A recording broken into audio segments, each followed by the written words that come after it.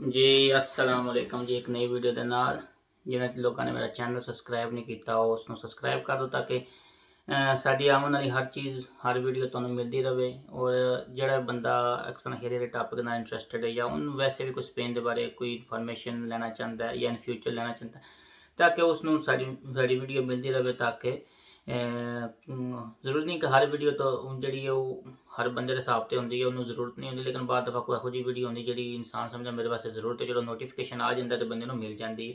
अज का topic start करा। अज topic जो आई सी कि जिस तुम सब को पता है कि अगस्त के स्पेन के 3 साल की बुनियाद पर पेपर मिलते हैं, उन्होंने राइगो सोशियल कहते हैं। और उसकी बेस पर कानून च बड़ी तब्दीली हुई सी है, ठीक है जी है। और असी हुण देखेंगे कि जी 5-7 मेन चीज़ा ने शार्ट करके अगे मैं इस टॉपिक एक वीडियो बनाई सी है तो उसमें शार्ट करांगे कि ताकि की मेन तब्दीली आई। और अज असी अक्तूबर च बैठे हैं तो अक्तूबर 21 हो गई है तो उस तो बाद कानून कितने सानू लैके जा रहा है। सब तो पहली चीज़ तो है कि एक बड़ी वड्डी जी तब्दीली है वो पॉइंट आउट करने वाली गल है कि इस तो पहले यही होंदा सी कि कोई भी बंदा स्पेन च आंदा सी उहदे वास्ते अपना इत्थे इंस्टांस है जो 3 साल साबित करना होंदा सी कि मैं 3 साल रवां, उस तो बाद पेपर जमा करांदा सी। लेकिन हुण जिहड़ी हेरी ने बड़ी वड्डी तब्दीली है की है कि जरूरी ही नहीं है कि वो बंदा स्पेन जावे तो फिर इन्हू पेपर लभणगे। हुण जिहड़े इंप्रेसस ने जिहड़ियां कंपनीज ने डायरैक्ट पाकिस्तान चों भी बंदे अप्लाई कर सकदियां हैं। और ये दी वजह वे कि हुण तुसीं देखिया होवेगा कि उल्टीमा मेसिस दे विच बहुत ज़्यादा बंदे जिहड़े ने पाकिस्तान तो आ रहे हैं।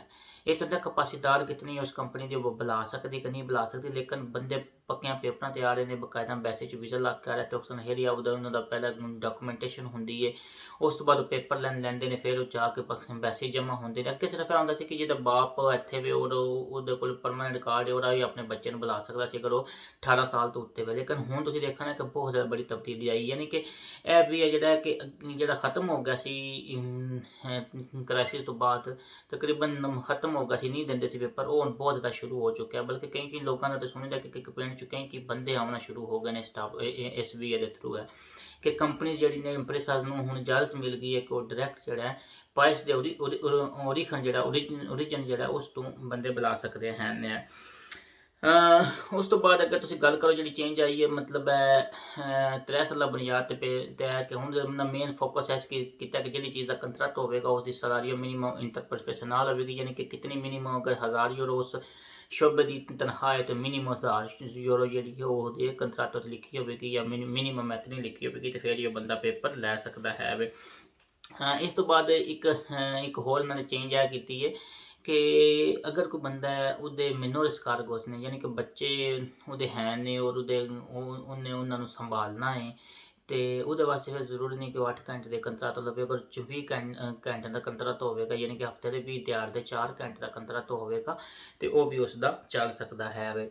इस तो बाद एक और बड़ी इन्होंने तब्दीली लैके आए हैं कि मीडियस इकोनॉमिक जो इंप्रेसर के होंगे सी कि कमा रहा है, उन्होंने कितनी बचत आ रही है। जरूरी नहीं होंगे कि वो तुम पेश ही करो है या जो पेपर जमा कराते हो उस टाइम तुम उन्होंने लैके जाओ है, वो बाद अगर सन हेरिया देखती है कि सू जरूरत है तो थोड़े को मंगा सकती है वे।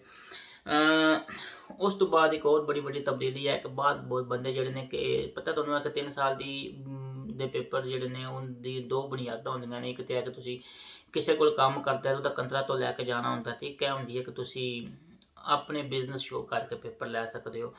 तो इस तो पहले होंदा सी कि तुसीं जो अपना बिजनेस शुरू करते सो तो तुहानूं 3 चीज़ां दे तुहानूं बचत पैसे शो करने पैंदे सी। एक तो होंदा सी कि तुसीं तुहाडे कोल इन्ने पैसे हैं नहीं कि तुसीं वो बिजनेस शुरू कर रहे हो, ठीक है। यानी कि अगर तो एक बंदा कहना है कि चलते एक बिजनेस मिसाल तो लै रहा 20,000 यूरो तुहाडे कोल है वे, फिर 1 साल उसनूं मंतनेर किसी कन्नै अगर ना चलिया तो फिर असीं तुहानूं कार्ड साल दा देना है तो फिर उन्होंने मंतनेर कौन करेगा, वो भी तुहाडे कोल ग्रेसिस होनी चाहिए है। प्लस यह होंदा सी कि तुसीं अपने आप को किस तरह मेनटेन करोगे तो भी हुण उन्होंने कहा कि ठीक है जी बिजनेस जो पैसे होने चाहिए और मेंटेनेंस होने तो बस काफ़ी नहीं है। हुण आखिरी पॉइंट है कि मेंटेनेंस के कितने पैसे तुहाडे कोल होवन एक बंदे की मेंटेनेंस दे ते काम चल जाता है।